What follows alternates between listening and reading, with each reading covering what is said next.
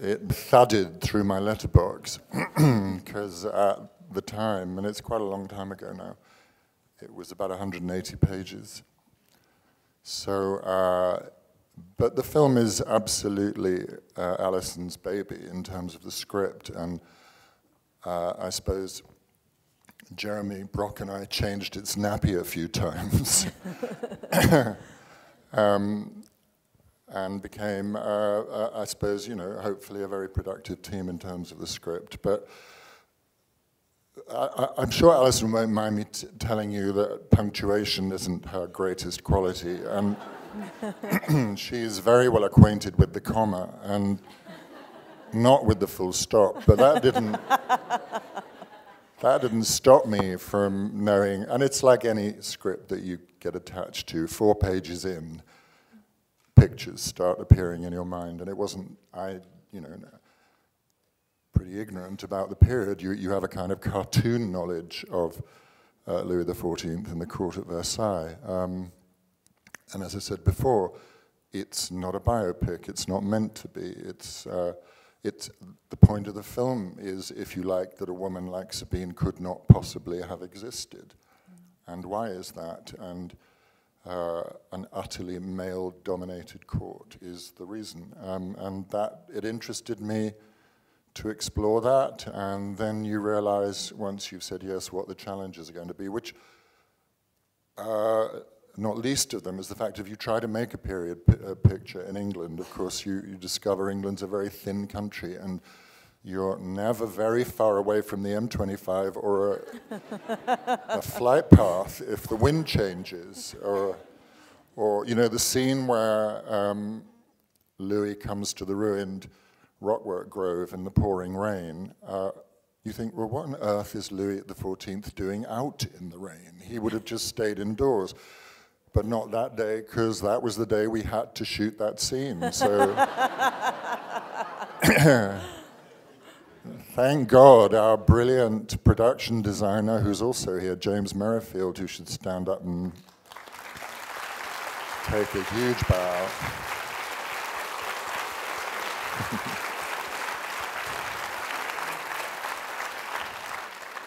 So he said, well, I've got this bit of old tarpaulin making a canopy for the workers if it happened to rain at any point. So it covered Louis XIV. Can I ask you, given it's quite some time since you directed your first film, The Winter Guest, and in the intervening years you've had a very diverse and very successful career acting. What took you, made you want to go behind the camera again? Well, I'd always wanted to. My background is having trained at art school and then drama school, so it's like putting the bits of you together. And in the intervening years, I directed quite a bit in the theatre, but then in 2000, I got involved in this Harry Potter thing, and even 7 weeks a year, which I shot on that, means you can't direct a film for, as it turned out, the next 10 or 11 years. Because you have to remember, at the time, she'd only written 3 of them, so we didn't know what was going to happen. Mm. And did your experience in the intervening period actually sort of add to your capacity, do you feel, or was it a different experience second time round? Well, it's a terrifying thing to be in front of a group of actors, or a couple of actors even, and actors are phenomenally courageous. I'm not sure how many of the actors are here. I think Lois is here, and I think Stephen Waddington's here, and John Walk. I'm not sure who else. Why don't they stand up? They should say hi.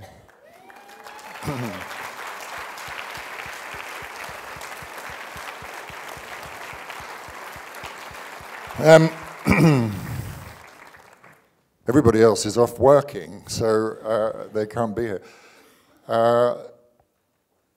I suppose in the end, you, over the years, pass by and you learn things like less is more, and that, as you see magnificently with Kate, that her power of listening is so glorious that it's a great gift to a director in the editing room, because you can put the camera on her at any time, because she's not judging, she's not ahead of the game, she's done her homework, she's utterly prepared, but she's completely open.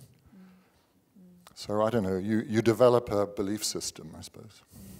And can you expand on the casting? It's a wonderful cast, and you know, how did you reach out to everybody? Was it that you had these particular actors in mind, or did you go through the traditional audition process? I'm not quite sure how these things happen, really. A bit of it is, you know, reeling Kate in. Sort of slowish process. She's slow to say yes to things. But she always loved the script, and then it was just a question of organizing it around her life. You know, she's very committed to her life and her role as a mother. She announced, whatever it was, 2 weeks into shooting, that she was 9 weeks pregnant.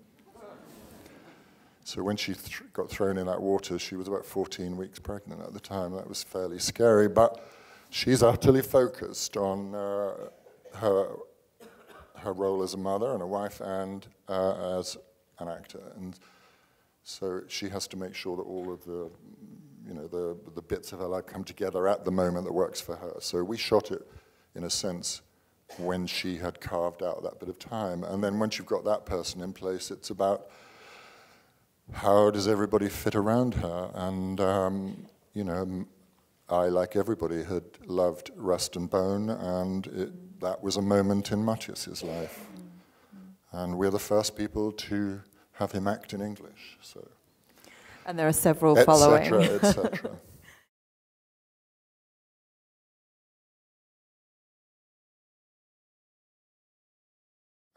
Yeah, I'm sorry Peter's not here, because I'm so proud of him and the work he did and the way he went about it. This is his first ever film score.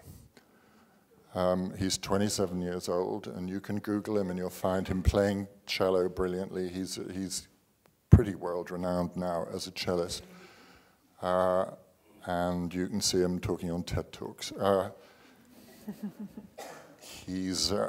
think he's in Vancouver or somewhere at the moment, but anyway, he's really sorry not to be here. I went to see a ballet at the Print Room in Hereford Road, which is, I should give them an advertisement. They're not there anymore. They've now taken over the old Coronet Cinema and turned it back into, hooray, a theatre. And he had composed the score for this ballet with only in a tiny place in W2. And the dancers were being drenched with water during the ballet, deliberately. It wasn't a plumbing accident, but... and I don't know what the connection was. First of all, the music was wonderful and very unegocentric. The music seemed to be really helping the dancers rather than not. And because of the water, and I was, you know, the film was very much in my head at the time, something about the music made me think whoever this person is knows how to make water into music. That was the beginning of and by the end, you know, we of course arrived at very fast music for a very slow dance. So it's a long, long process. But I think he's brilliant, and I think that anybody who uses him now is going to be very lucky.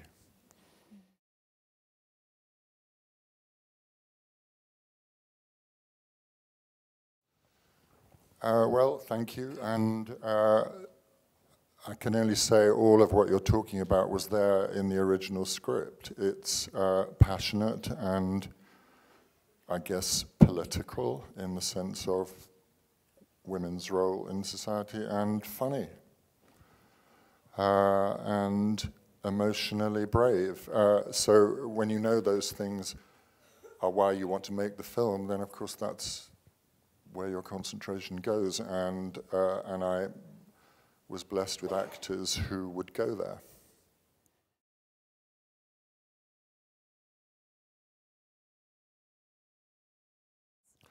No, when I said that the film is historically inaccurate earlier, I meant things like the fact that Louis, bless him, could hardly walk at that stage of his life, let alone dance. You know, he would have been wheeled on there in a bath chair. But no, I wish I had a little film of James's design office. The walls absolutely covered with perfect reference. Books knee-deep in the room, and a ludicrous budget for him to do it on. Everything was shot in England. You know, it wasn't. We were. It's actually, I should mention how because his obituary was in the paper today, the Duke of Marlborough, and sad for us really because he was phenomenally generous to us. That's the first time that anybody's been allowed to film in the state apartments at Blenheim, for example. So what James's job, and I'm sorry I have to talk for him, but was to kind of find a parallel in England a lot of the time, although he did build from scratch that fountain at the end, and that is a pretty direct copy of the one that actually exists, Le Salle de Bal at Versailles, and it's in exactly the right position relative to the palace.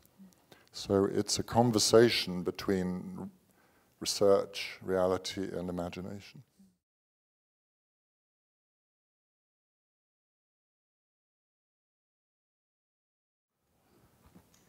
Well, it's always about time, budget, the weather, flight paths, M25s. Really, all of these things are designed to get in your way.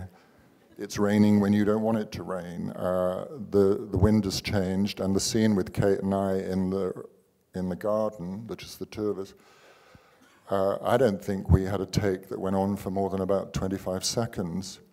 You should see all the outtakes of that scene. People going to the aeroplanes. Well, not people, Kate. And as I say, budget, you know, I won't mention the figure, but Gail Egan, one of our producers, came up to me at Blenheim one day and said, Alan, this is costing us X a day. We cannot go over. So, you know, the challenge, I suppose, is to stay open to the actor's requirements and to hope to God that the set is working for you, and also to endlessly keep an eye on your watch.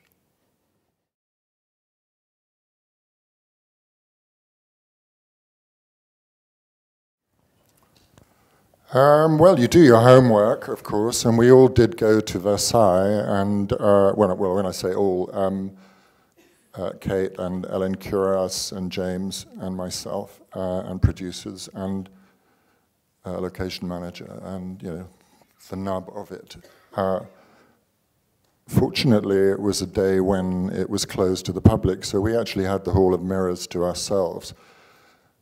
And we had the resident Versailles Louis expert with us.